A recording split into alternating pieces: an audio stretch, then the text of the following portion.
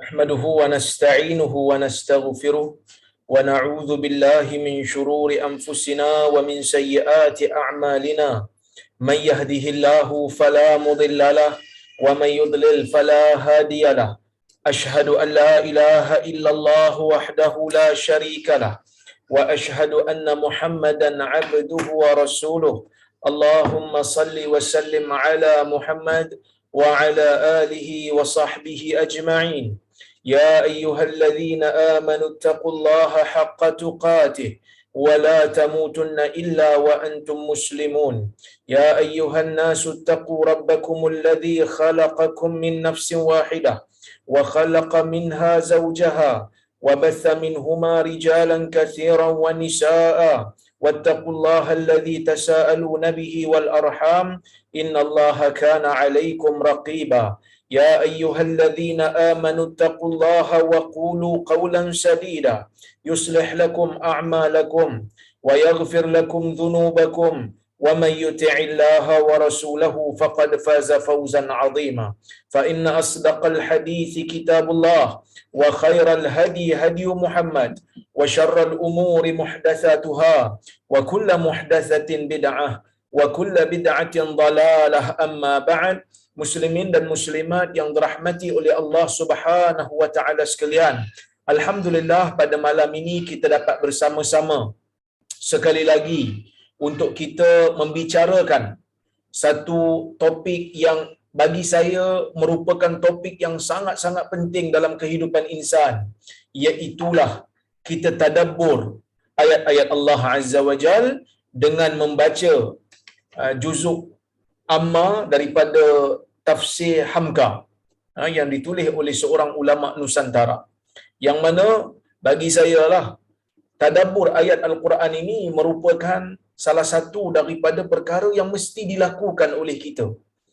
Paling tidak pun biarlah seminggu sekali ataupun seminggu dua kali, itu pun paling kurang lah kalau boleh setiap hari kita kena tadabbur ayat-ayat Allah ni, yang mana ia merupakan kalau saya boleh katakan ia merupakan surat cinta yang Allah Subhanahu wa taala berikan kepada makhluknya, yang Allah Subhanahu wa taala berikan kepada hamba-Nya, yang mana surat cinta ini mengandungi pelbagai panduan-panduan yang kita boleh jadikan sebagai sumber kepada ilmu.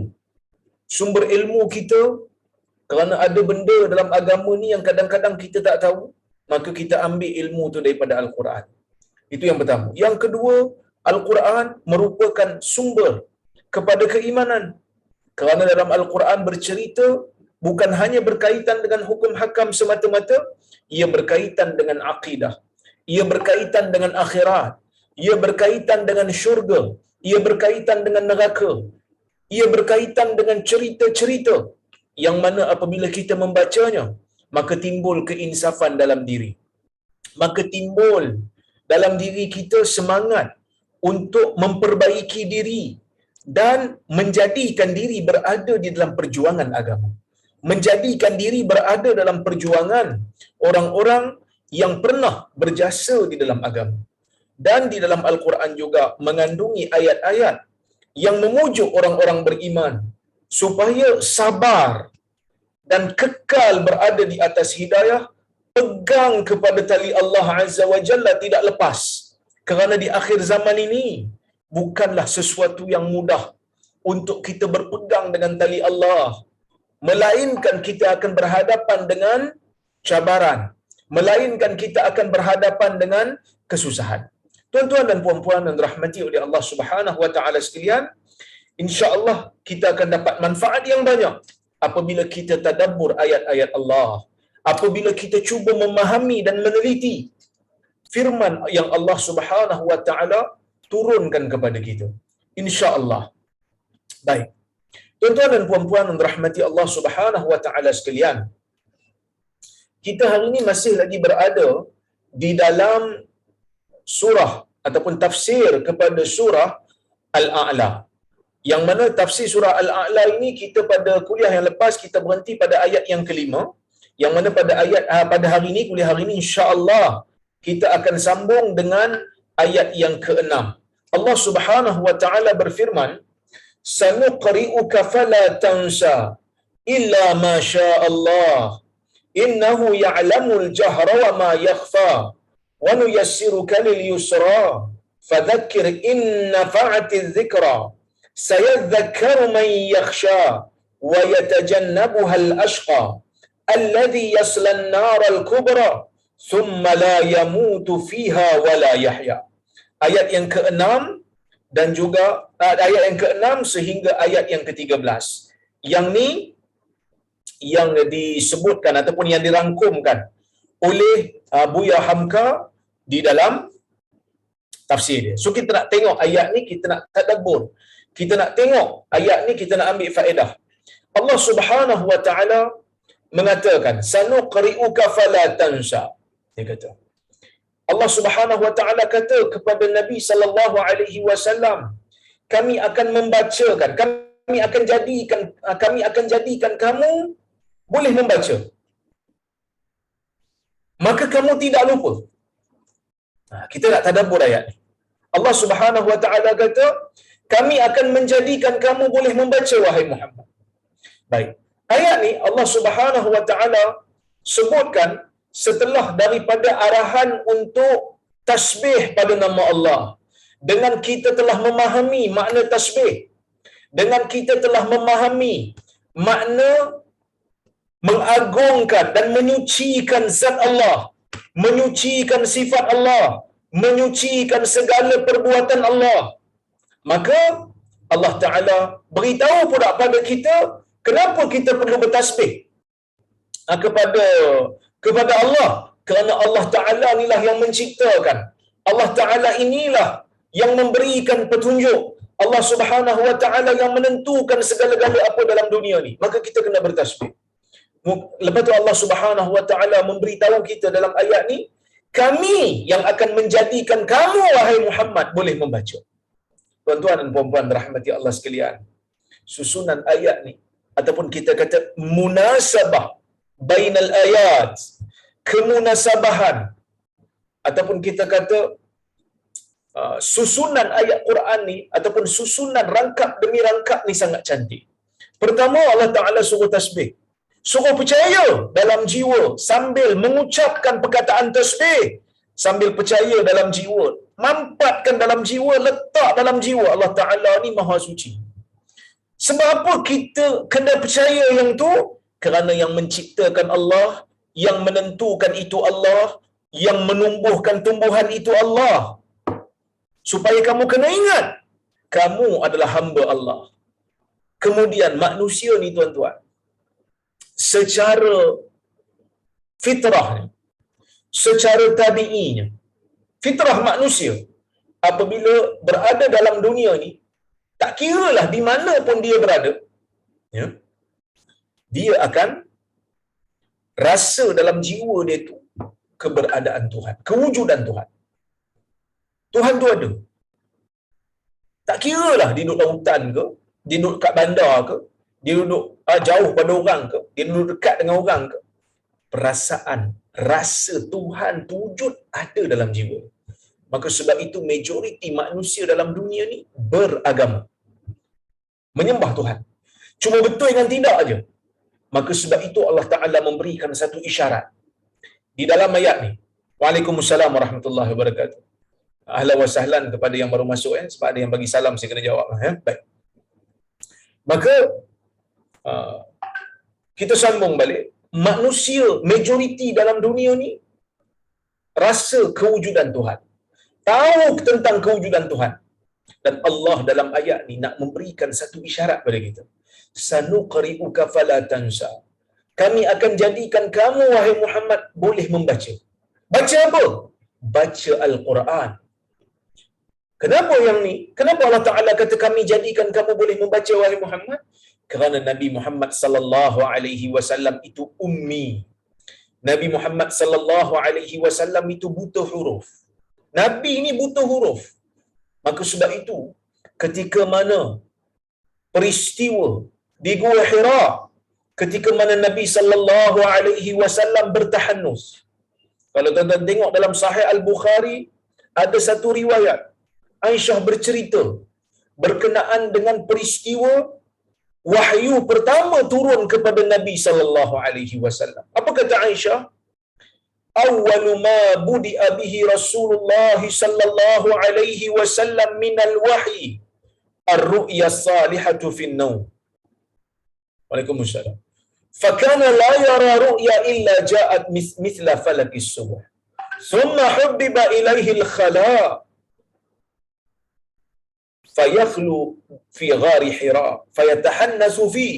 Aisyah kata, perkara pertama yang dimulakan kepada Nabi sallallahu alaihi wasallam daripada wahyu itu ialah mimpi yang baik di dalam tidur. Allah sebelum turunkan wahyu yang dibawa oleh Jibril kepada Nabi Muhammad sallallahu alaihi wasallam, Allah Taala bagi dekat Nabi Muhammad ini mimpi dulu. Mimpi yang baik di dalam tidur. Fakana la yara ru'ya illa ja'at misla falaki subuh. Nabi sallallahu alaihi wasallam tidak melihat mana-mana mimpi pada ketika itu, melainkan mimpi itu datang seperti cahaya pagi, cahaya subuh. Cerah, jelas nampak dalam mimpi. Mimpi yang baik Nabi nampak. Allah Ta'ala berikan kepada Nabi mimpi-mimpi yang elok. Mimpi yang bawa berita gembira kepada Nabi sallallahu alaihi wasallam untuk menguatkan jiwa Nabi sebelum nak menerima satu tugas, sebelum nak menerima satu tanggungjawab yang sangat besar, iaitulah kenabian. Setelah menerima mimpi, Nabi sallallahu alaihi wasallam ini, kata Aisyah, dijadikan oleh Allah Azza wa Jal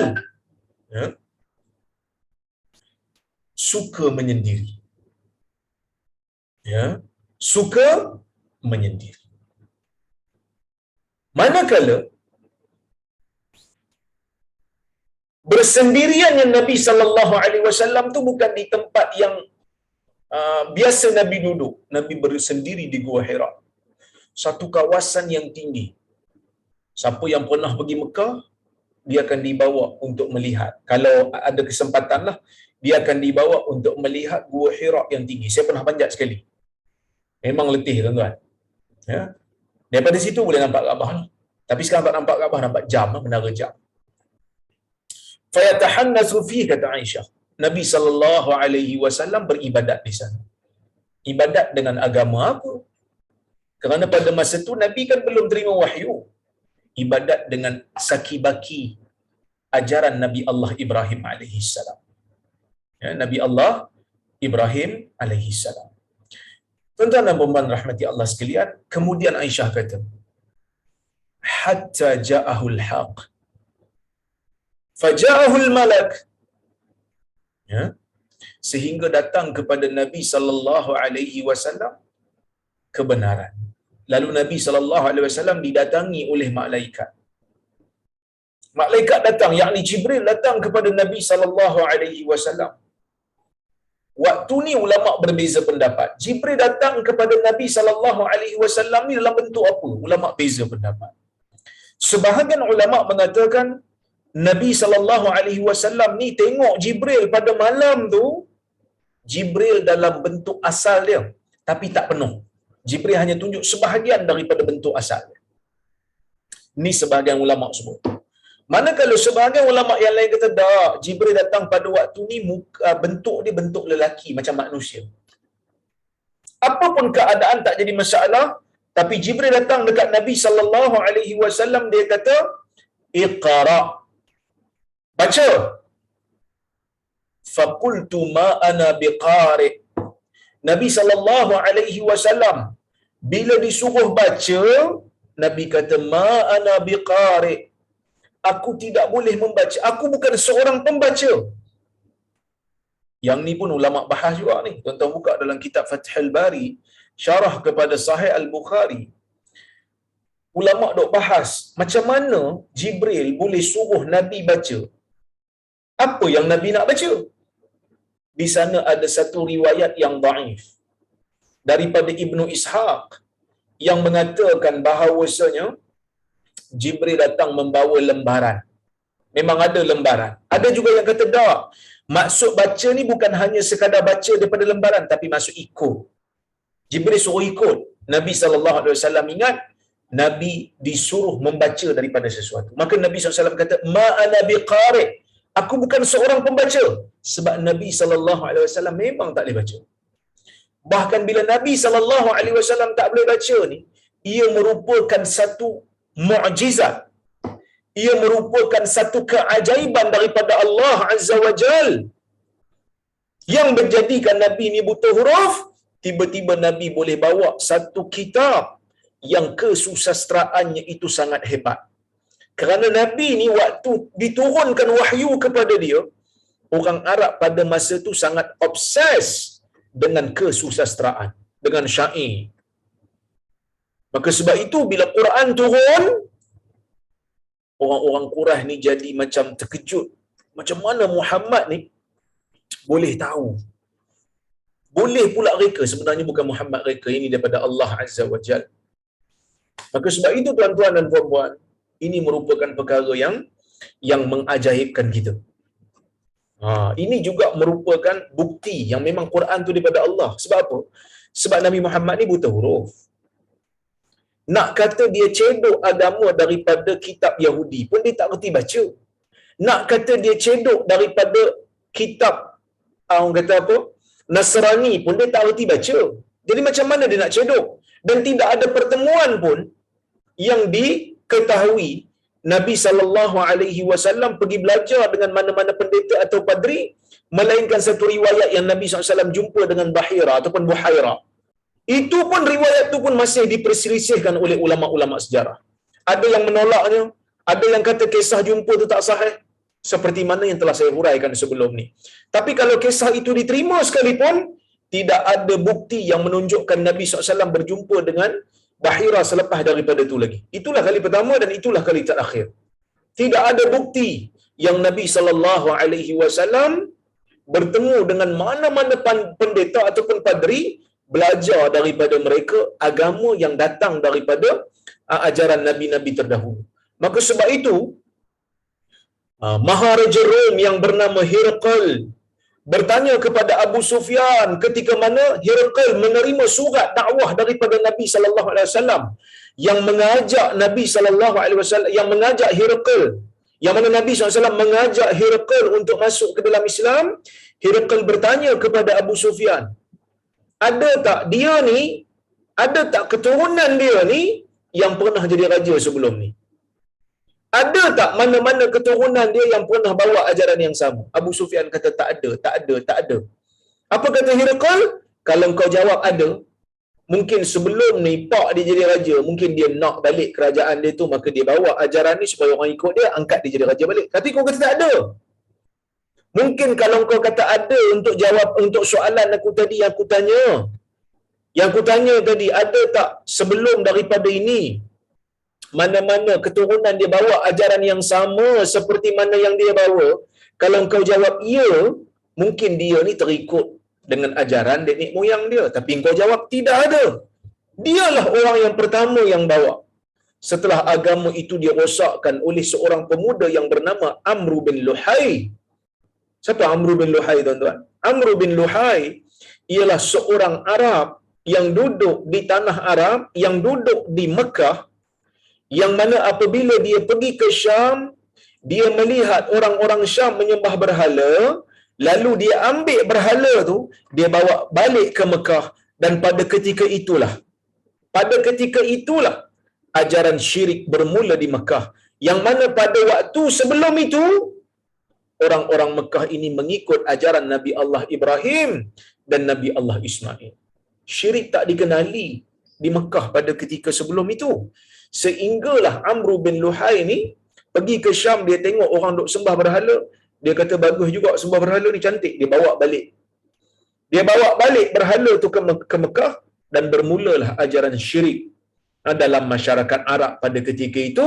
Maka sebab itu Nabi sallallahu alaihi wasallam dalam hadis riwayat Muslim, Nabi mengatakan, Ra'aitu Amr bin Luhai yajurru qasbahu finnar. Atau kama qala, aku pernah melihat Amr bin Luhai mimpi Nabi SAW. Nabi melihat dalam mimpi itu Amr bin Luhai ni dia tarik isi perut di dalam neraka.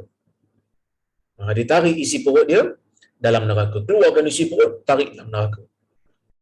Okey? Kerana apa? Kerana dia yang memulakan syirik, sedangkan sebelum tu orang berada di atas ajaran tauhid. Baik. Maka ini merupakan satu kemukjizatan, mukjizat. Seorang yang buta huruf, tidak ada rekod. Belajar dengan mana-mana orang, tak ada rekod pun.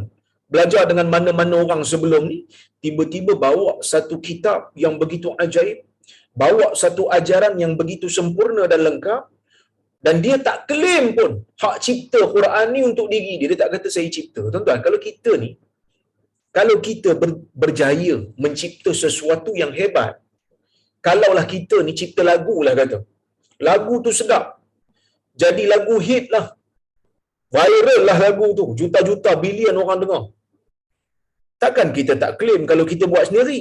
Sebenarnya tuan-tuan, lagu tu saya yang cipta, contohnya kan. Lagu Rasa Sayang, Sayang Hey pun berebut Malaysia dengan Indonesia. Indonesia kata dia punya, Malaysia kata tak, kami punya. Duk berebut lah adik-beradik ni. Malaysia dengan Indonesia macam adik-beradik kan, duk berebut kan. Jadi lagu Rasa Sayang, Sayang Hey pun kita duk berebut. Bayangkan tuan-tuan, Quran yang begitu hebat, yang tidak ada langsung percanggahan di antara ayat-ayatnya, yang begitu hebat kesusastraannya, kalau betul Nabi SAW yang cipta, tentulah Nabi akan claim nama dia. Sebenarnya tuan-tuan, saya yang karang sendiri, tapi Nabi kata tak, bukan saya. Allah yang menurunkan Al-Quran, menunjukkan memang Quran tu bukan daripada Nabi SAW. Nabi hanya menyampaikan, ia datang daripada Allah Subhanahu Wa Taala. Jadi bila Nabi SAW kata ma ana biqari, aku tak boleh baca, maka Jibril peluk Nabi sehingga Nabi penat, sukar untuk bernafas. Dan cerita tu tuan-tuan pun tahulah, dilepaskan, kemudian disuruh iqra, baca lagi. Kemudian Nabi kata faqultu ma ana biqari, aku bukanlah seorang yang membaca. Dia peluk lagi sehingga Nabi SAW penat. Kemudian dia lepaskan lagi, dia kata iqra, baca lagi. Nabi kata ma ana biqari, aku bukanlah seorang yang pembaca. Maka dia ambil aku dan dia peluk aku kuat-kuat sehingga aku kepenatan dan dilepaskan aku. Lalu dia kata iqra bismi rabbikal ladzi khalaq, khalaqal insana min 'alaq. Ini merupakan surah yang pertama. Ini merupakan surah yang pertama yang turun kepada Nabi Muhammad sallallahu alaihi wasallam. So, ayat ni nak bagi tahu kat kita apa dia? Wahyu ni mesti datang daripada Allah. Jadi dalam fitrah manusia, kita kembali pada apa yang saya sebut tadi. Allah suruh kita tasbih dekat dia. Kenapa kena tasbih pada Allah? Kerana Allah ni mencipta. Kerana Allah Ta'ala ni berkuasa. Kerana Allah Subhanahu Wa Ta'ala memberikan nikmat dan kemudahan kepada makhluk setelah dia cipta. Semua yang datang dalam dunia ni adalah milik Allah, adalah ciptaan Allah untuk kegunaan kita. Lalu kita sebagai manusia, dalam diri ni memang ada perasaan tentang kewujudan Tuhan. Tuhan tu wujud. Bila tahu Tuhan tu wujud, dia akan datang soalan kedua. Macam mana kita nak menghampirkan diri pada Tuhan ni? Maka datanglah ayat ni, sanuqri'uka fala tansa. Ya?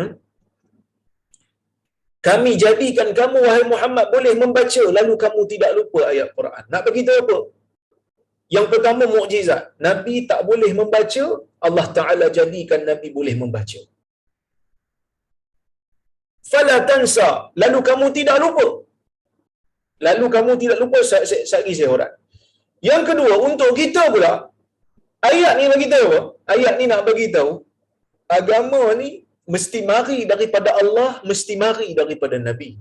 Bila kita tanya pada diri sendiri, saya tahu tentang kewujudan Tuhan. Saya tahu Allah Ta'ala ni tak sama dengan makhluk. Saya tahu Tuhan ni maha suci dan berkuasa yang mencipta. Macam mana saya nak menghampirkan diri pada Tuhan ni? Tengok apa yang Nabi bawa. Nabi bawa Quran. Nabi bawa sunnah. Maka sebab itu Nabi SAW kata apa?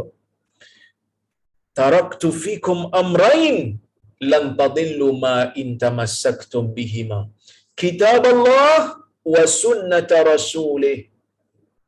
Aku tinggalkan kepada kamu, hadis riwayat Imam Malik dalam Muwatta. Aku tinggalkan kepada kamu dua perkara, kamu takkan sesat selagi mana kamu berpegang dengan dua benda ni, kitab Allah dan sunnah Rasul. Berpegang dengan kitab Allah, berpegang dengan sunnah Rasul, cukup. Kita akan selamat. Kita tidak akan binasa. Habis itu ustaz, ulama kita tak pakai ke? Ulama kita tak pakai kalau ulama tu tak berpegang dengan Quran dan sunnah. Kita pakai ulama apabila ulama itu berpegang dengan Quran dan sunnah. Sebab itu Nabi SAW kata apa? Nabi kata, al-ulama warathatul anbiya. Ulama itu pewaris para nabi. Apa maksud pewaris? Maksud pewaris ialah dia mewarisi ilmu yang dibawa oleh Nabi SAW. Sebab Nabi sebut di ujung tu, Nabi kata, fa innal anbiya lam yuwarrithu dinaran wala dirhama walakin warrathul ilm. Kerana para anbiya itu tidak mewariskan kepada kita dinar ataupun dirham, tetapi mereka mewariskan kepada kita ilmu.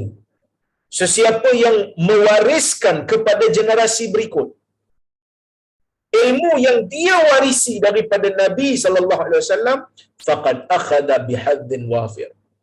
Dia telah mendapat satu habuan yang sangat-sangat beruntung.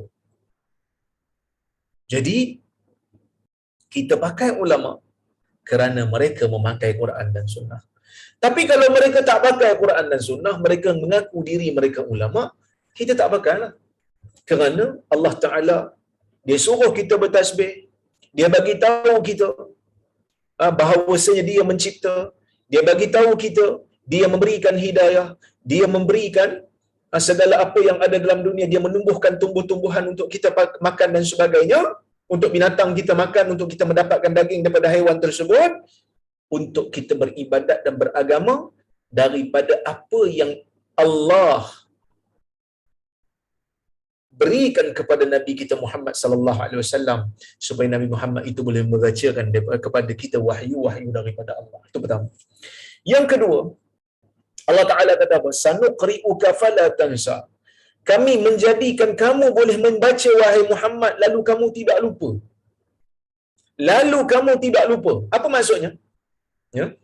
Maksudnya adalah tafsiran yang kedua, tadabbur yang kedua yang kita boleh ambil, faedah yang kedua yang kita boleh ambil daripada ayat ni adalah Allah memberikan jaminan kepada Nabi sallallahu alaihi wasallam.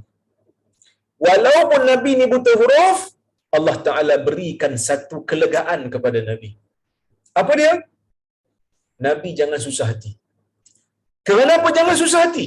Jangan susah hati sebab kamu akan dijadikan boleh mengingati ayat-ayat Al-Quran. Kamu boleh baca ayat Quran tu dengan betul, kamu boleh ingat ayat Quran tu dengan betul setelah Jibril alaihi salam beredar daripada Nabi sallallahu alaihi wasallam. Maka sebab itu ada satu hadis daripada Ibnu Abbas radhiyallahu anhuma. Ibnu Abbas dalam riwayat Bukhari, dia bercerita kepada kita. Dia kata, kana an-nabiy sallallahu alaihi wasallam yu'aliju min at-tanzih shiddah, min at-tanzil shiddah. Nabi sallallahu alaihi wasallam ni pada peringkat awal, Nabi sallallahu alaihi wasallam bukan pada peringkat awal. Nabi sallallahu alaihi wasallam ni bila berlaku saja penurunan wahyu kepada Nabi, Nabi akan rasa berat. Nabi akan rasa sukar. Sebab apa sukar? Kerana ayat Quran ni berat. Inna sanulqi alaika qawlan thaqila. Kami akan campakkan kepada kamu wahai Muhammad satu kata-kata yang berat. Okey. Wa kana mimma yuharriku syafatayhi, kata Ibn Abbas. Nabi ni suka menggerakkan bibir dia. Ibn Abbas kata, di peringkat awal penurunan wahyu, Nabi suka menggerakkan mulut dia. Sehingga Allah Ta'ala menurunkan ayat, la tuharrik bihi lisanaka lita'jala bih inna 'alaina jam'ahu wa qur'anah fa idza qara'nahu fattabi' qur'anah. Wahai Muhammad, Allah Taala tegur, kamu jangan gerakkan lidah kamu untuk kamu segera boleh membaca Al-Quran. Inna 'alaina jam'ahu wa qur'anah, kerana ke atas kamilah yang akan menjadikan Quran itu terkumpul, dan kamilah juga yang akan menjadikan kamu boleh membaca. Nabi kata yang dimaksud terkumpul itu terkumpul di dada kamu wahai Muhammad. Sebab Nabi ni dia risau kalau Jibril beredar, dia belum sempat boleh hafal ayat Quran tu pada peringkat awal. Dia risau bila Jibril baca ayat Quran, bila Jibril beredar, dia tak ingat. Maka sebab tu sebelum Jibril habis baca satu ayat, dia dah ikut dah, dia dah follow dah. Nabi follow. Maka Nabi ditegur oleh Allah Azza wa Jalla dalam ayat ni. Allah Ta'ala kata, la tuharrik bihi lisanaka lita'jala bih. Kamu jangan menggerakkan lidah kamu untuk kamu segera boleh membaca Al-Quran. Inna 'alaina jam'ahu wa qur'ana. Sesungguhnya kamilah yang menjadikan Quran itu terkumpul di dalam dada kamu. Kamu boleh hafal. Ya? Dan kamu boleh membacanya. Fa idza qara'nahu fattabi' qur'ana. Bila kami selesai membacakannya kepada kamu, maka kamu ikutlah bacaan tu. Maksudnya, dengar betul-betul Jibril baca, diam, jangan ikut lagi sehingga selesai baru baca. Summa inna 'alaina bayana. Kemudian ke atas kamilah penjelasan. Maksud kamilah yang akan menjadikan kamu boleh membaca. Sesungguhnya kamilah yang akan menjadikan Quran itu jelas di atas lidah kamu, dan kamu boleh menjelaskannya kepada manusia.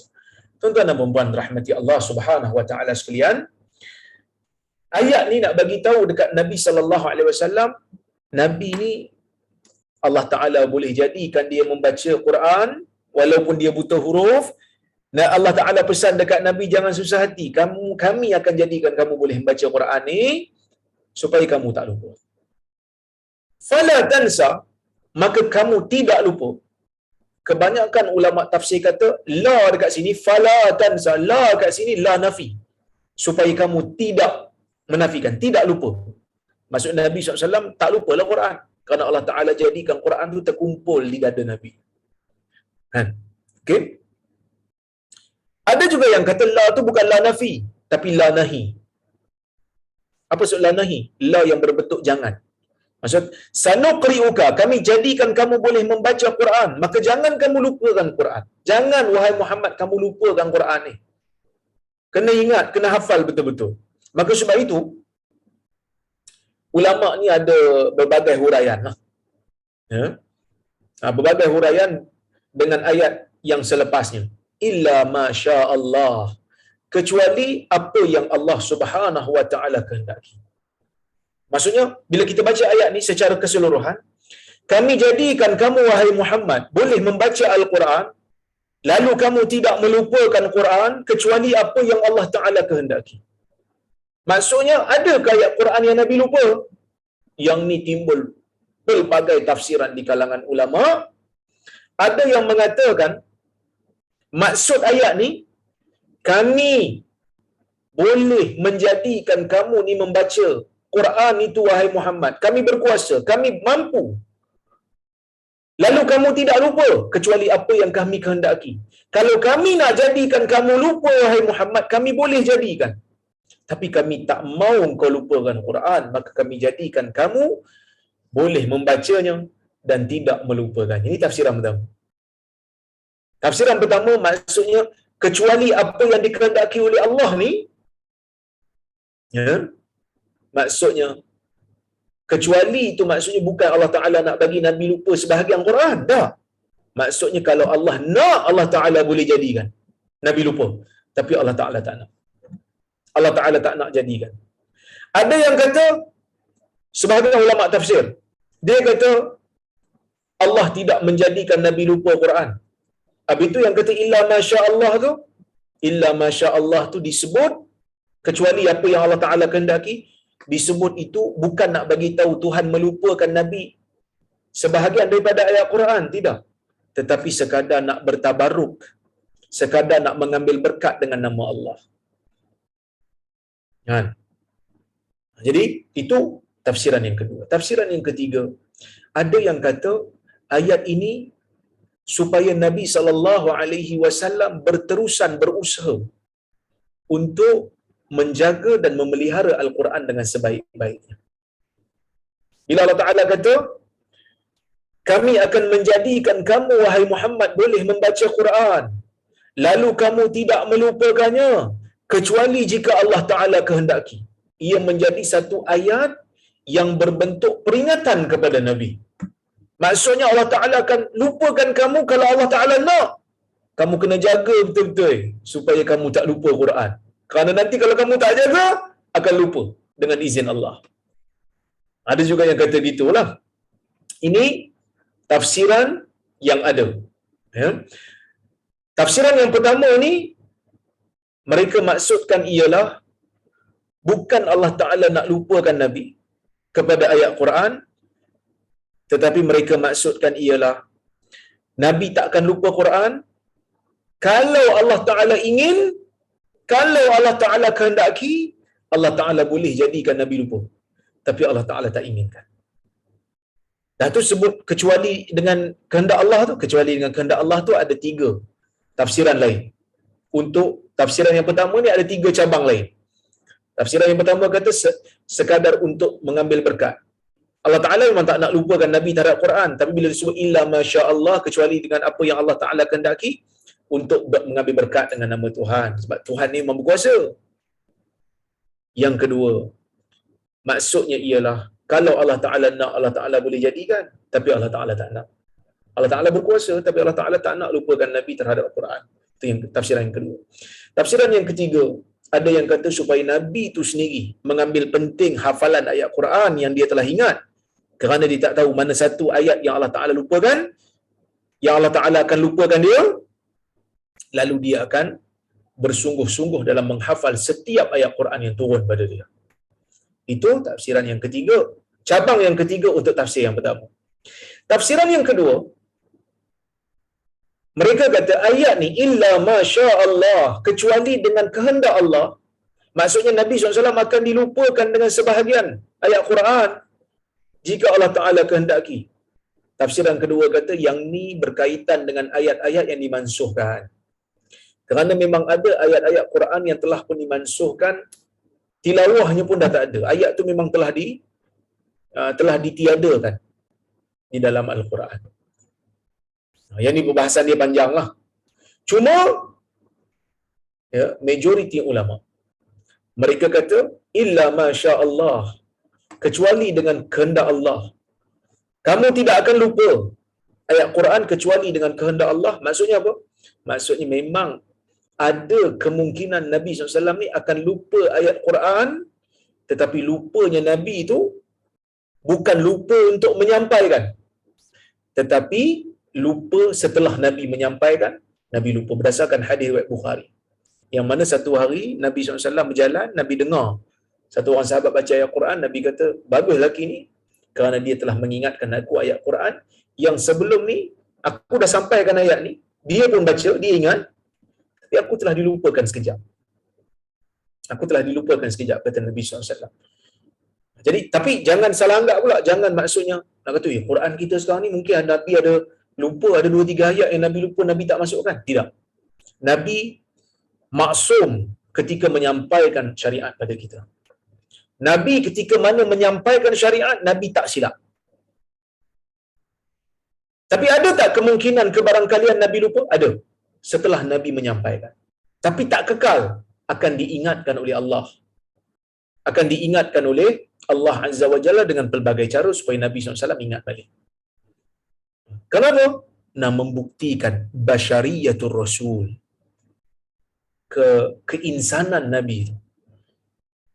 Nabi SAW dalam satu hadis pernah terlupa dalam salat, bilangan rakaat, sehingga ditegur oleh para sahabat yang bernama Zulyadain. Zulyadain kata, ya Rasulullah, aqsiratis salah.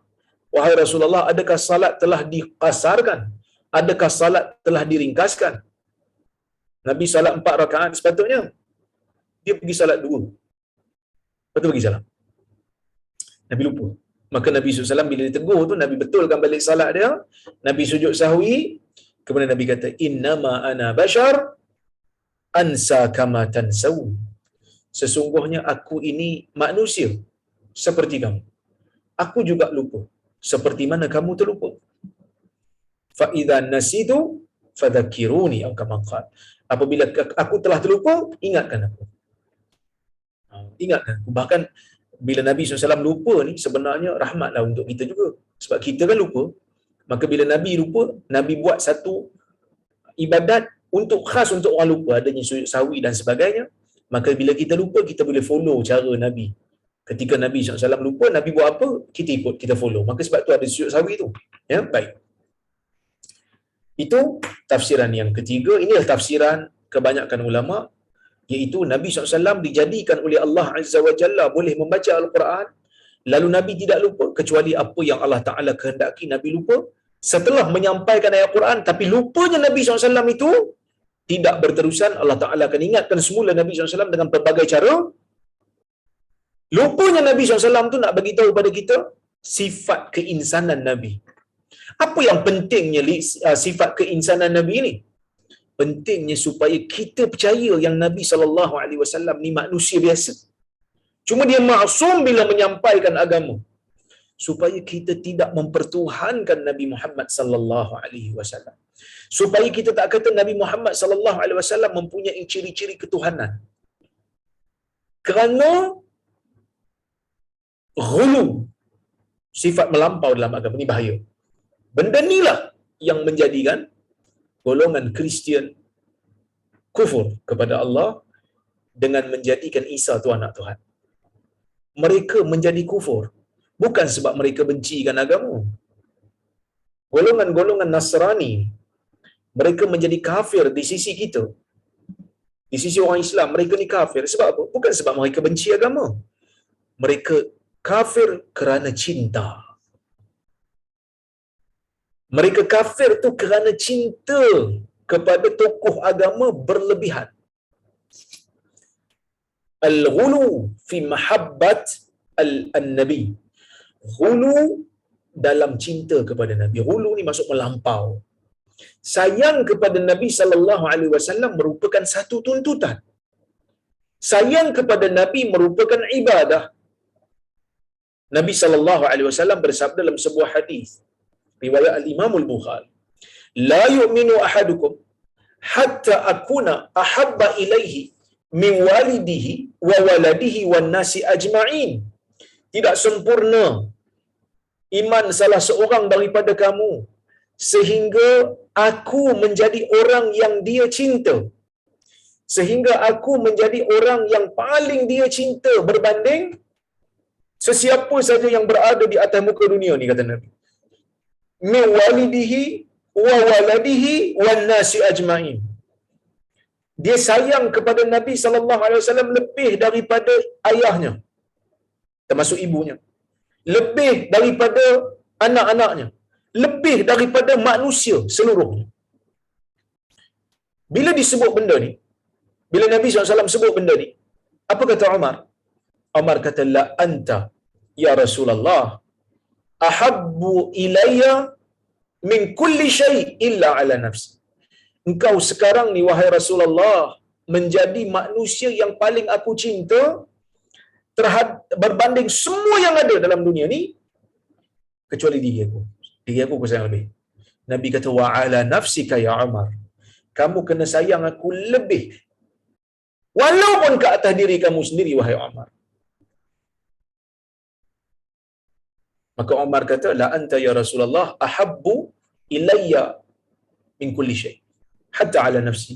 Ya Rasulullah, sekarang ni engkau telah menjadi manusia yang aku cinta lebih walaupun ke atas diri aku sendiri aku cinta kau lagi ya Rasulullah. Maka Nabi SAW kata apa?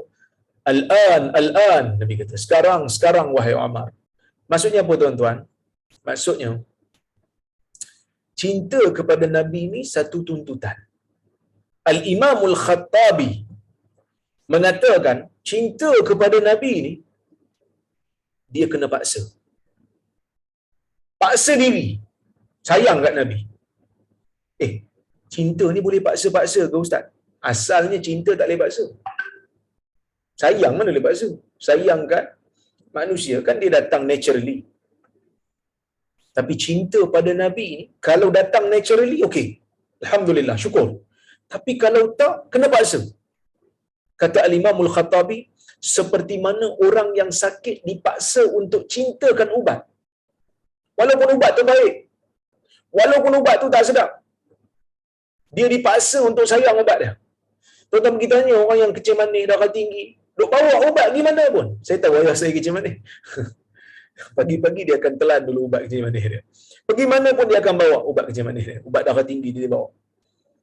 Tapi kalau tanya, sedap ke? Tak sedap. Tapi sayang, boleh buang ubat ni?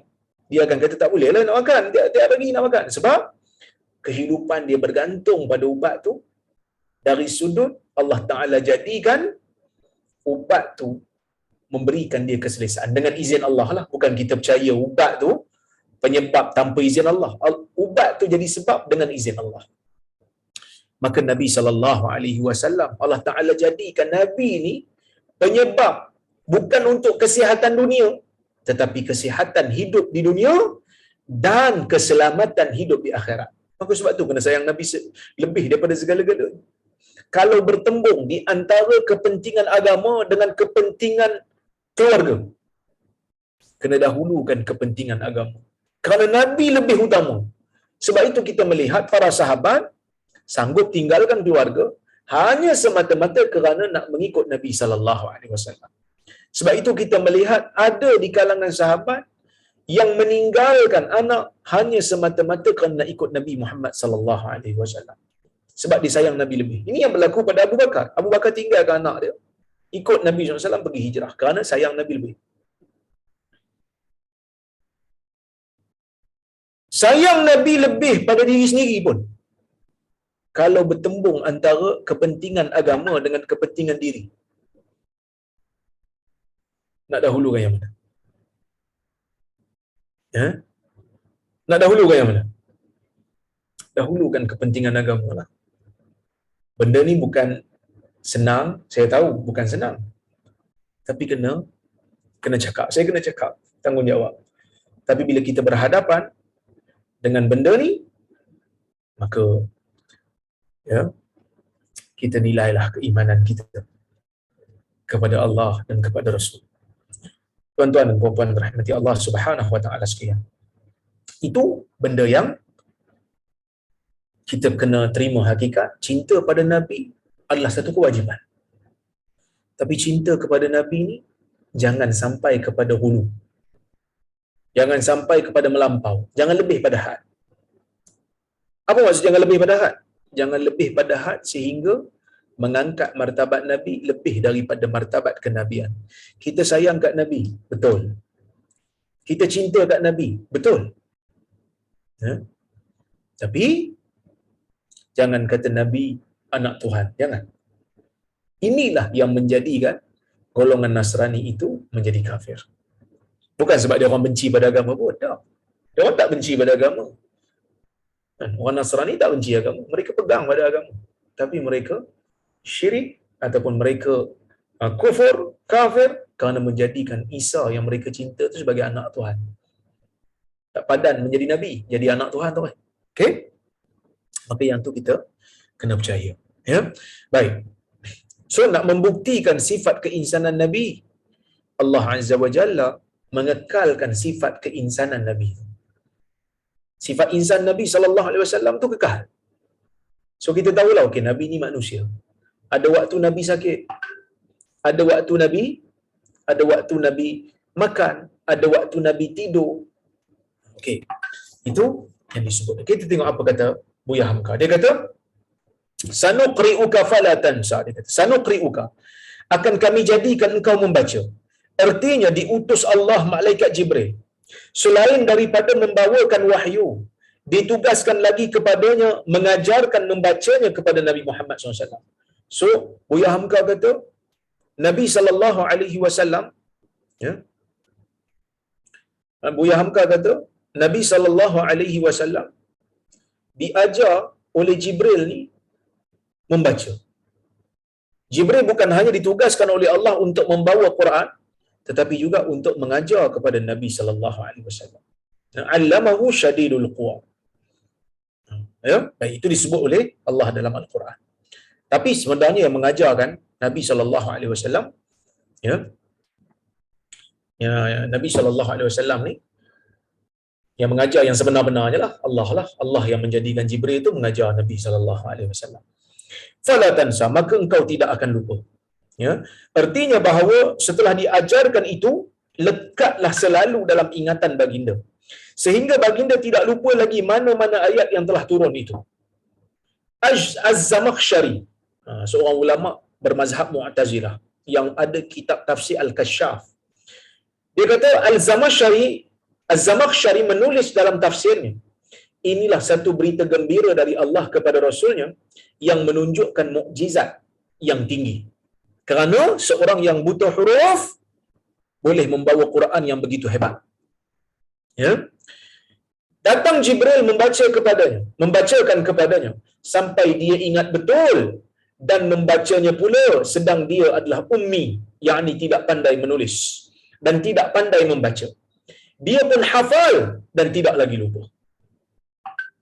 Seorang buta huruf tak boleh baca tapi dia boleh hafal. Dia boleh baca dan dia boleh hafal. Jibril bagi tahu pada dia. Jibril mengajarkan dia dengan perintah Allah Azza wa Jalla.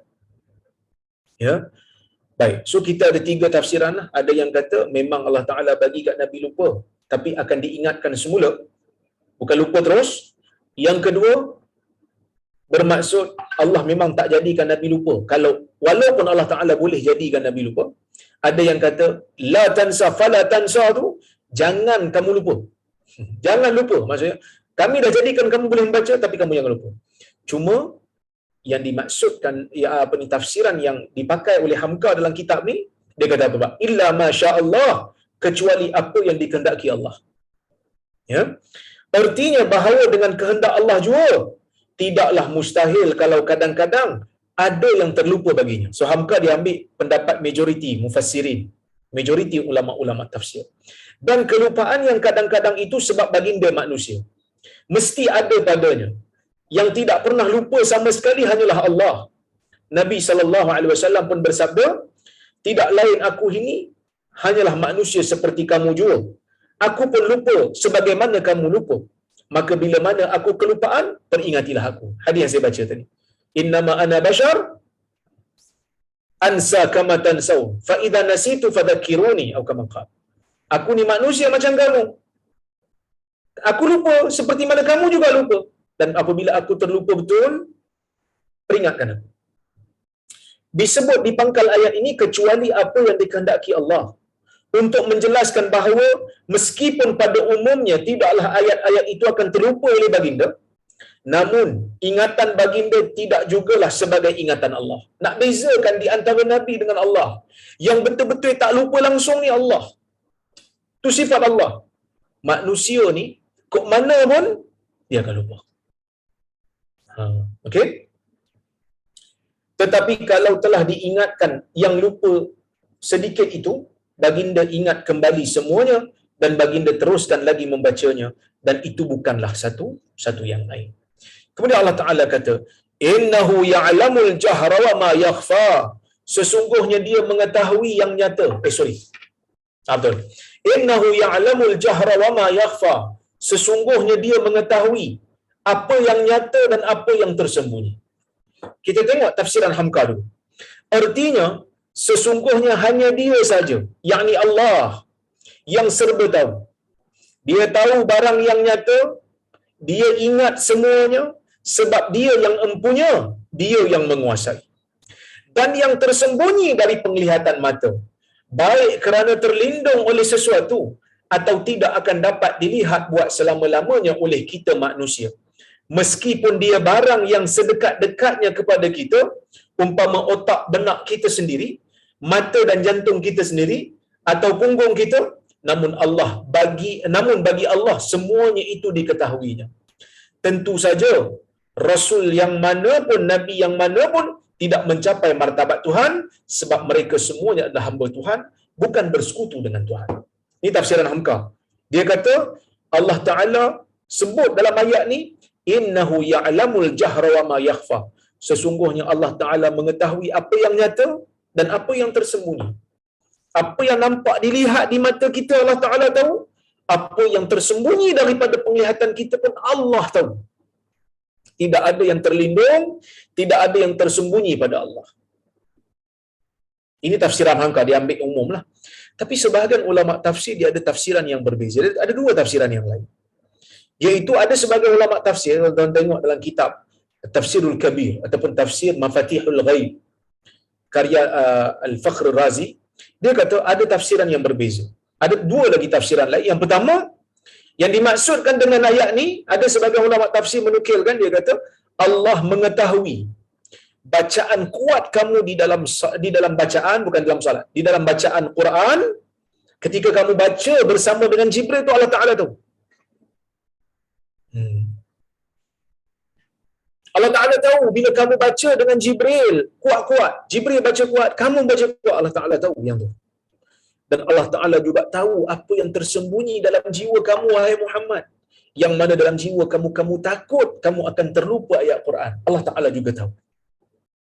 Maksud kalau ikut tafsiran ni, ayat ni ada kaitan dengan ayat sebelum. Yang ni Allah Taala tahu apa yang kamu zahirkan daripada bacaan Quran bersama Jibril. Allah Ta'ala juga tahu apa yang dalam jiwa kamu yang kamu sembunyikan daripada ketakutan kamu, yang kamu akan terlupa ayat Quran. Allah Ta'ala tahu semuanya. Ada juga yang kata tafsiran yang kedua, Allah Ta'ala tahu apa yang nyata, Allah Ta'ala tahu apa yang tersembunyi daripada ayat-ayat yang Allah Ta'ala nasahkan ketika mana ingin memberikan kemaslahatan kepada manusia. Jadi ini tafsiran-tafsiran yang ada dalam kitab tafsir sekadar yang saya baca. Cuma ia tidak menafikan tafsiran hamka. Kerana tafsiran ini bagi saya lebih kepada tafsir tanawu' ataupun ikhtilafut tanawu' fi tafsir. Perbezaan dari sudut tanawu', bukan tabat. Dia bukan bercanggah-canggah, tapi kita boleh kata semua ini ada kemungkinan dia boleh jalan serentak. Yang ni pun boleh, yang ni pun boleh, yang ni pun boleh. Kerana semuanya terkandung di dalam ayat Allah Azza wa Jalla yang agung ini. Baik. Jadi tuan-tuan, Allah Ta'ala sebut lagi, wa nuyassiruka lil yusra. Allah Ta'ala kata apa? Dan kami akan mudahkan engkau kepada jalan yang mudah. Apa dia? Jalan yang mudah tu, kami akan mudahkan bagi kamu, wahai Muhammad, kepada sesuatu yang mudah. Yakni kami memberikan hidayah kepada kamu melalui jalan yang mudah. Hidayah itu tidak sukar. Jibril turun kepada kamu, memberitahu kamu apa yang benar dan apa yang tidak benar.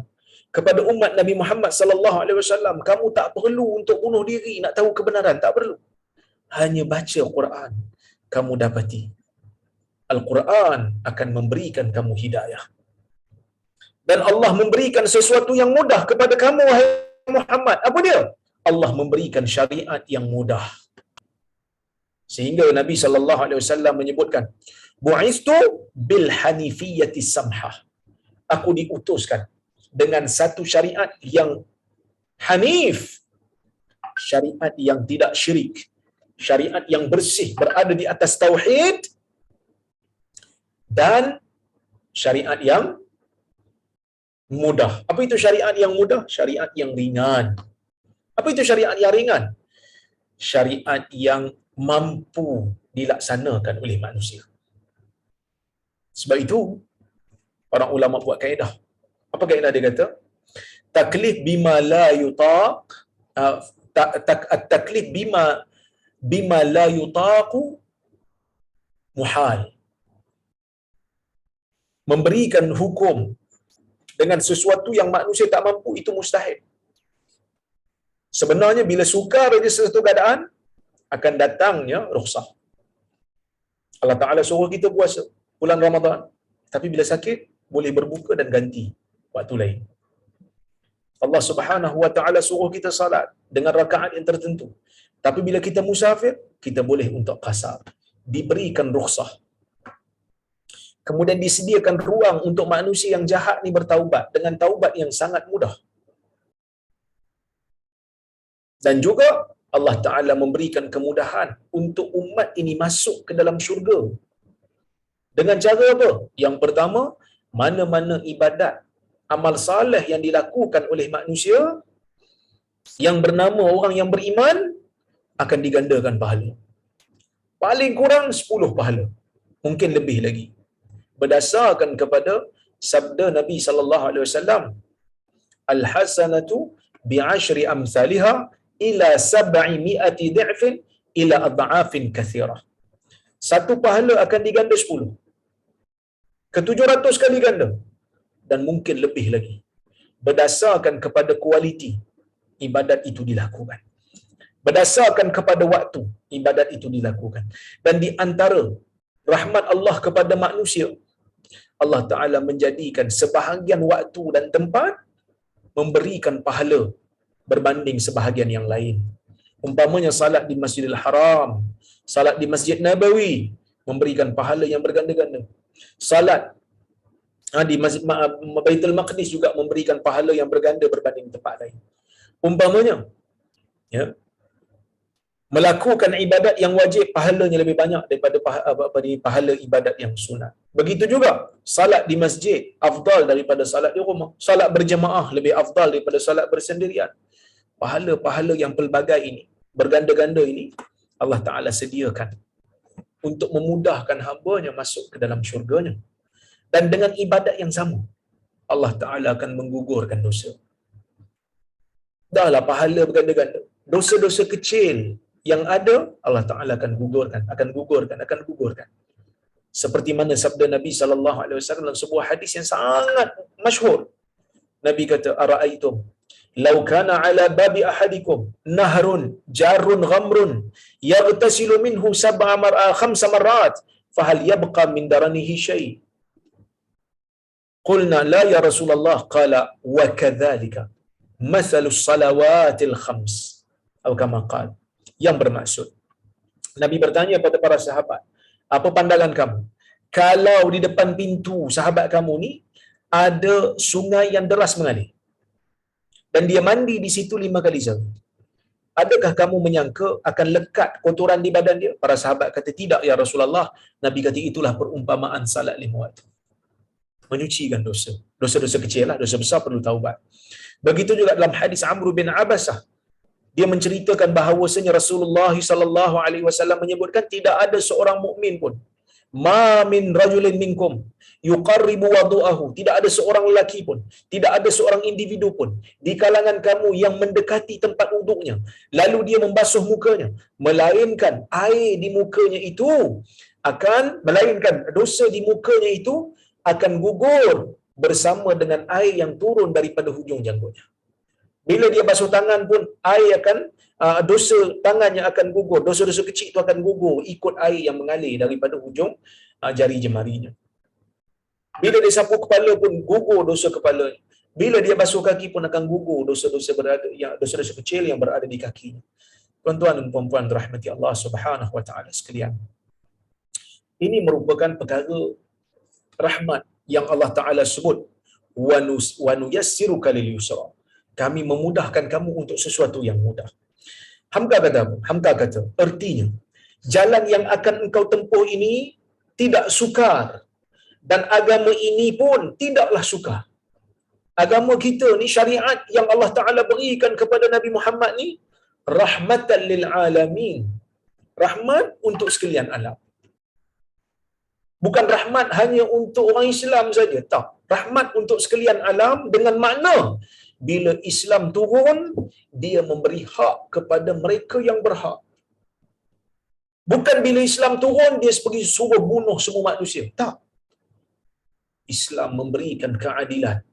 Islam memberikan kestabilan. Dakwah Islam bukan dakwah yang keras. Dakwah Islam memberikan faham kepada manusia. Nabi SAW, apabila sampai ke kota Madinah, di sana ada Yahudi. Nabi tak berperang dengan mereka. Bahkan Nabi mengambil perjanjian daripada mereka untuk sama-sama pertahankan negara. Dan jika mereka itu setia dengan perjanjian dan mereka tiba-tiba diserang oleh mana-mana musuh, orang Islam akan pertahankan. Ni yang ditunjukkan oleh Nabi Muhammad sallallahu alaihi wasallam. Satu syariat yang mudah, satu syariat yang rahmat. Bukan hanya untuk orang Islam, untuk seluruh alam.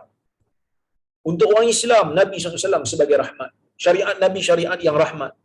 Untuk orang bukan Islam, diberi perlindungan kepada orang bukan Islam dalam kerajaan Islam. Dalam kerajaan Islam, orang bukan Islam diberikan hak. Haram untuk ditumpahkan darah mereka. Islam memerintah Andalus seratusan tahun, sekitar 800 tahun tak silap saya. Tidak ada orang Kristian yang dibunuh kerana dia beragama Kristian, tak ada. Tapi bila mana mereka menguasai semula Andalus, mereka ambil semula Spain, mereka bunuh orang Islam. Mereka bunuh orang Islam, paksa orang Islam untuk makan babi. Tuan-tuan, ini satu benda yang ada dalam sejarah. Keganasan berlaku. Pembunuhan beramai-ramai berlaku. Bahkan dalam dunia ni, mana-mana bangsa, mana-mana etnik yang dibunuh beramai-ramai, pastinya pelakunya bukan orang Islam. Tapi biasa yang kita dengar, yang menjadi mangsanya orang Islam. Di Palestin, di Myanmar, orang Islam yang menjadi mangsa. Orang bukan Islam boleh duduk dalam kampung orang Islam tanpa diapa-apakan. Kerana syariat Islam mengharamkan kita mengapa-apakan, menumpahkan darah orang kafir yang berdamai dengan orang Islam. Rahmatan lil alamin. Dan syariat Islam memberikan rahmat bukan hanya kepada manusia, kepada haiwan. Haram. Nabi SAW mengharamkan kita menyiksa haiwan. Tuan-tuan, Nabi SAW larang kita merosakkan alam. Tapi banjir baru ni betul-betul menyedihkan kita melihat bagaimana alam dirosakkan oleh orang Islam. Kan? Buang sampah merata sampai kena banjir kilat. Potong balak tanpa melihat kepada kestabilan alam, maka dirosakkan sehingga orang terpaksa menanggung akibat. Sepatutnya negara Islam tak boleh ada kerosakan alam, kerana Allah Azza wa Jal suruh kita jaga alam, protect alam. Maka sebab itu Hamka kata, perintah yang terkandung di dalamnya tidaklah akan berat dipikul oleh umat manusia asal mereka percaya, yakni iman. Meskipun akan ada rintangan, namun rintangan itu kelak akan menambah yakinnya engkau akan kebenaran yang engkau bawa itu. Maka segala perintah yang diperintahkan Tuhan mudah dikerjakan. Sebab tidak ada perintah Allah yang tidak dapat dipikul oleh manusia. Tidak kuat sembahyang berdiri kerana sakit, boleh dikerjakan dengan duduk. Nampak? Tak larat untuk diri, duduk. Tidak kuat duduk, boleh dikerjakan dengan tidur. Ya, baik. Tidak ada air wudu, boleh diganti dengan tayamum. Demikian juga perintah-perintah yang lain. Bahkan naik haji hanya sekali saja yang wajib bagi barang siapa yang sanggup ke sana dengan perongkosan dan kesihatan. Perongkos ni ongkos lah. Belum lengkap kesanggupan itu, belum wajib ke Mekah.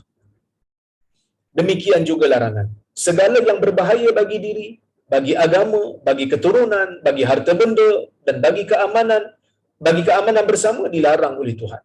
Agar hidupmu peribadi atau hidupmu dalam masyarakat tetap dalam perseimbangan yang baik. Jadi tuan-tuan dan puan-puan dirahmati Allah sekalian, agama ini agama yang mudah, agama yang mampu dibuat, agama yang mudah untuk dipikul. Maka Nabi SAW itu diperintahkan oleh Allah. Setelah Allah Ta'ala bagi wahyu pada dia, bagi Quran, bagi sunnah, bagi agama yang mudah, seru manusia kepada kebenaran. Ajak manusia balik kepada Allah Azza wa Jalla. Kerana mereka tu asalnya beriman dan bertauhid, tetapi mereka dipesongkan oleh syaitan. Ajak mereka balik. Wallahu ta'ala a'lamu bissawab. Saya rasa cukuplah sekadar tu untuk malam ini. Mudah-mudahan tadabbur kita ini dapatlah sedikit sebanyak memberikan kita keimanan, semangat yang baru untuk terus beribadat kepada Allah, untuk menjadi orang yang saleh insya-Allah. Saya tengok kalau ada soalan ataupun komen, banyak.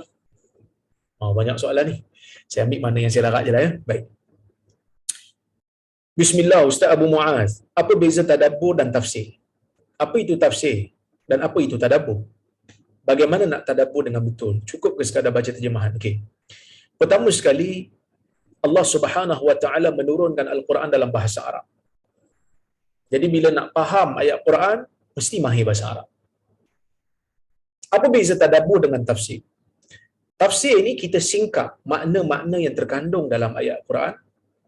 Tadabbur ini pula interaksi jiwa kita dengan makna-makna yang ada di dalam Al-Quran. Jadi tadabbur ini reaction kita, bagaimana kita berinteraksi, jiwa kita mengambil manfaat, mengambil nasihat supaya kita dapat manfaat daripada tafsir-tafsir. So, tafsir ni singkap makna-makna yang ada. Tadabbur ni mengambil manfaat daripada makna-makna tu untuk diri. So, tadabbur dengan tafsir ni jalan seiringan. Ya. Ustaz, kenapa wahyu disampaikan dengan cara yang menakutkan sampai nak sesak nafas? Kenapa Jibril tak guna cara yang sebaliknya? Ini bagus. Tadi saya baca hadis. Hadis tu sahih riwayat Imam Al-Bukhari. Jibril memang betul-betul peluk Nabi sehingga Nabi penat. Dan Nabi ketakutan. Kenapa? Para ulama bahas. Antaranya Al-Imam Al-Khattabi, dia kata kenapa Jibril peluk Nabi sampai Nabi kepenatan? Yang pertama kata Khattabi, supaya Nabi SAW menumpukan perhatian. Supaya Nabi tidak memikirkan benda lain. Kerana yang nak disampaikan kepada Nabi itu wahyu yang penting. So supaya dia fokus. Kekal fokus. Mana-mana cikgu pun, saya pensyarah, gurulah juga. Isteri saya cikgu. Kami belajar ilmu pedagogi. Mungkin dalam ni pun ada cikgu. Ramai malam ni, masya-Allah. Tadi apa? Datin Alia kata tak ramai yang masuk. Tapi alhamdulillah malam ni saya ingat tak ramai, sebab malam ni saya ingat cuti sekolah hujung minggu, mungkin tuan-tuan tak ramai yang hadir, tapi alhamdulillah ramai juga yang hadir. Saya pun seronok juga tuan-tuan ramai hadir. Cuma saya nak bagi tahu, mana-mana cikgu pun dia akan belajar ilmu pedagogi. Ilmu pedagogi, seorang guru tidak berjaya untuk mengajar melainkan setelah anak murid dia memberikan sepenuh perhatian kepada dia. Sebab tu dalam ilmu pedagogi ni dia ada yang dipanggil sebagai set induksi. Set induksi ni adalah satu benda mukaddimah pembelajaran untuk menarik perhatian murid supaya fokus kepada apa yang mereka nak belajar pada hari itu. So Jibril ni dia datang kat Nabi SAW, dia bawa tu set induksi tu. Set induksi tu nak tarik perhatian Nabi, nak grab attention supaya Nabi berfikir, apa ni? Siapa pula yang peluk aku ni? Supaya Nabi berfikir.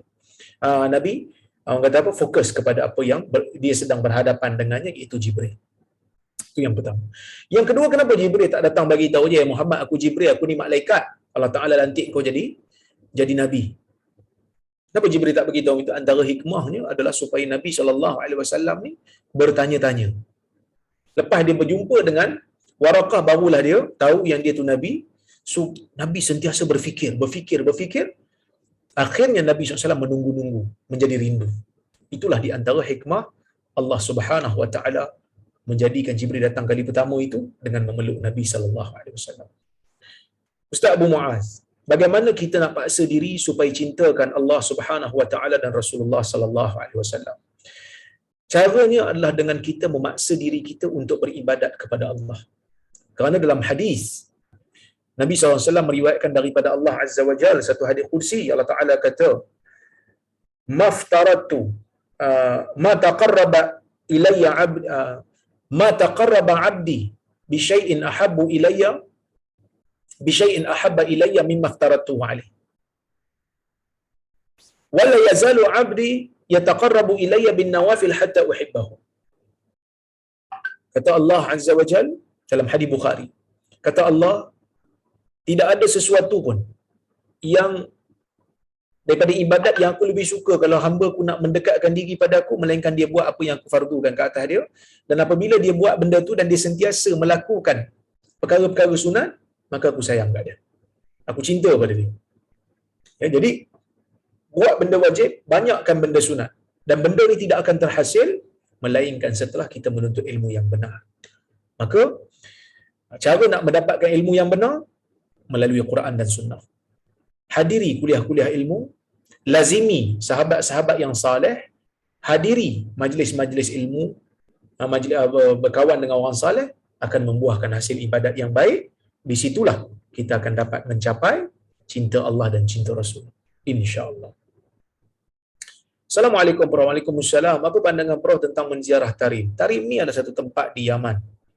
Tidak ada apa-apa kelebihan untuk kita menziarah mana-mana tempat melainkan menziarah 3 tempat, iaitu Mekah, Madinah dan juga Baitul Maqdis. Yang mana dalam hadis Nabi kata la tushaddu rihal illa ila thalathati masajid. Tidak disediakan kembara, tidak disediakan perjalanan melainkan pada 3 masjid. Tapi saya pun pelik, dia jadi macam satu trend pula. Pergi Tarim tu macam ada, orang kata apa, ada fadilat khusus pula. Nak cuci dosa, takut-takut ada apa ni, orang kata sangkaan itu. Jangan sampai ada sangkaan itulah. Dia tempat yang macam tempat-tempat lain.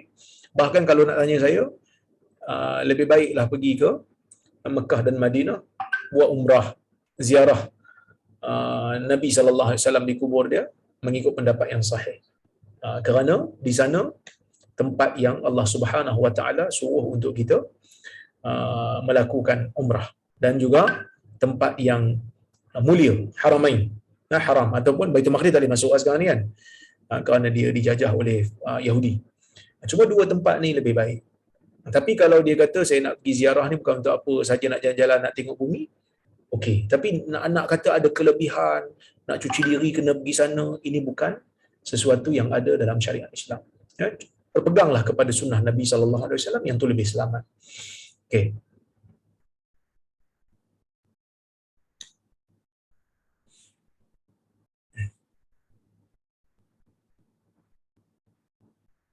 Assalamualaikum. Waalaikumsalam. Dr. Rara, adakah Nabi SAW tak boleh membaca hingga ke akhir hayat?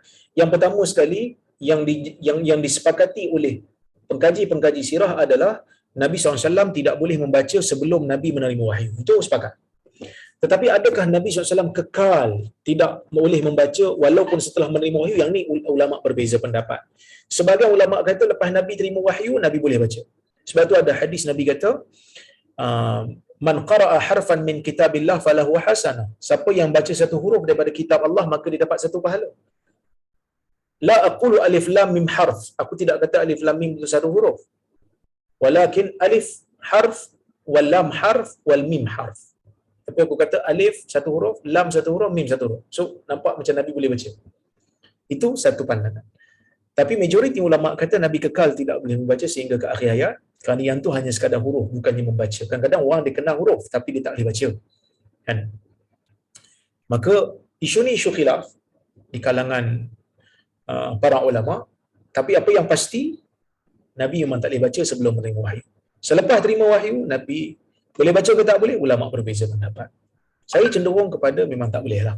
Kerana dalam perjanjian Hudaibiyah pun Nabi tanya para sahabat mana tempat yang ditulis ni untuk dia padam. Sebab dia suruh Ali padam, Ali tak mau padam. Kan? Baik.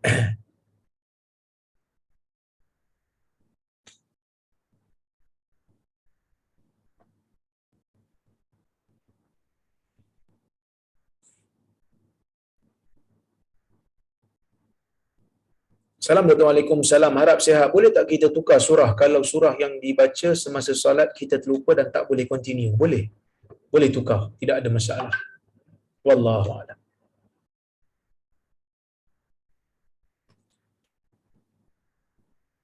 Ustaz, betulkah solat sunat tasbih lebih afdal dilakukan berseorangan lain dengan solat sunat Aidilfitri sunat dilakukan berjemaah? Solat sunat tasbih itu sendiri pun ulama berbeza pendapat tentang kedudukannya.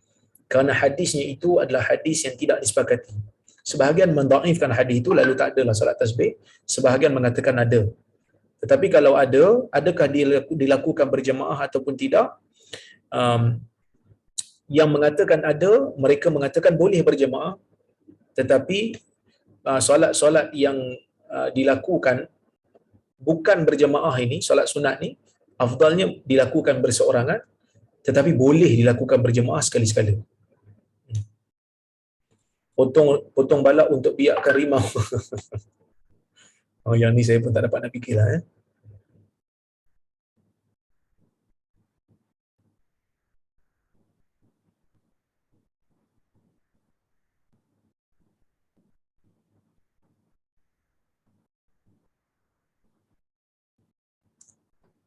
Salam Dr. Waalaikumsalam. Bolehkah dilakukan kenduri arwah bila telah lama berlalu kematian, iaitu keluarga si mati tidak lagi susah? Jadi sebab larangan kenduri itu sudah tiada. Kalau kita memberi makan dan kita niatkan pahalanya tu kepada mak ayah kita yang dah meninggal dunia, lepas lama daripada kematian berlaku dan tidak ada kesusahan lagi, harta pun telah dibahagikan pusaka itu, tidak ada harta anak yatim di situ, maka tidaklah menjadi masalah.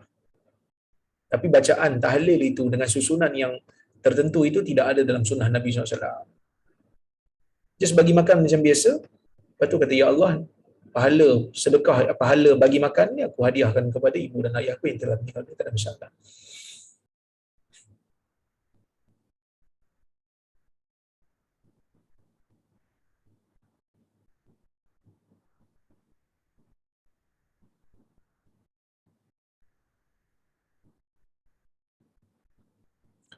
Ada ustaz cakap Quran yang sekarang ni telah diubah suai dan masukkan baris tak sama dengan asal, dan dia kata ini bid'ah dalam ibadah. Hai, susah juga ustaz cakap macam ni. Mana yang diubah suainya? Quran itu lafaznya sama. Kita baca Quran macam mana Nabi SAW baca Quran, di mana yang ubah suainya? Yang ubah suainya itu pada mushaf. Ditambah itu kerana kita nak membaca.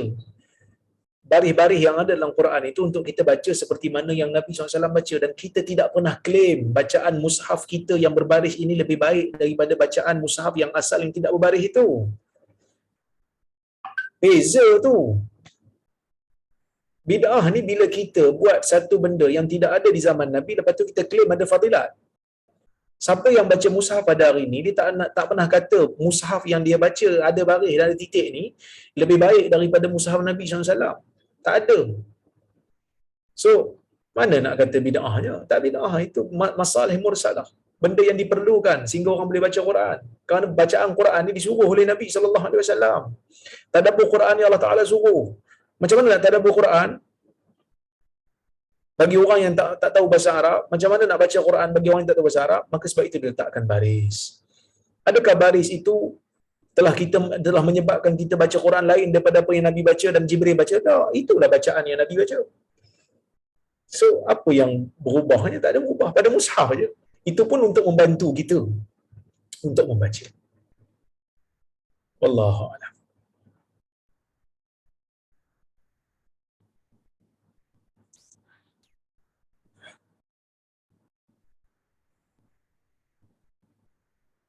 Okey, tuan-tuan, insya-Allah itu je lah kot yang saya boleh jawab. Terima kasih banyak atas soalan-soalan yang diberikan. Minta maaf kalau ada soalan-soalan yang saya tak sempat jawab. Saya pun tak larat juga. Terima kasih banyak kepada Datin Alia Hajah Hidi yang menganjurkan kuliah tafakuh ini. Terima kasih yang hadir ramai malam ni, alhamdulillah. Terima kasih banyak. Saya mohon maaf terkasar bahasa tersilap kata. Saya berundur diri dulu. Aqulu qawli hadza wa astaghfirullahal azim li wa lakum. Wassalamualaikum warahmatullahi wabarakatuh. Waalaikumsalam warahmatullahi Assalamualaikum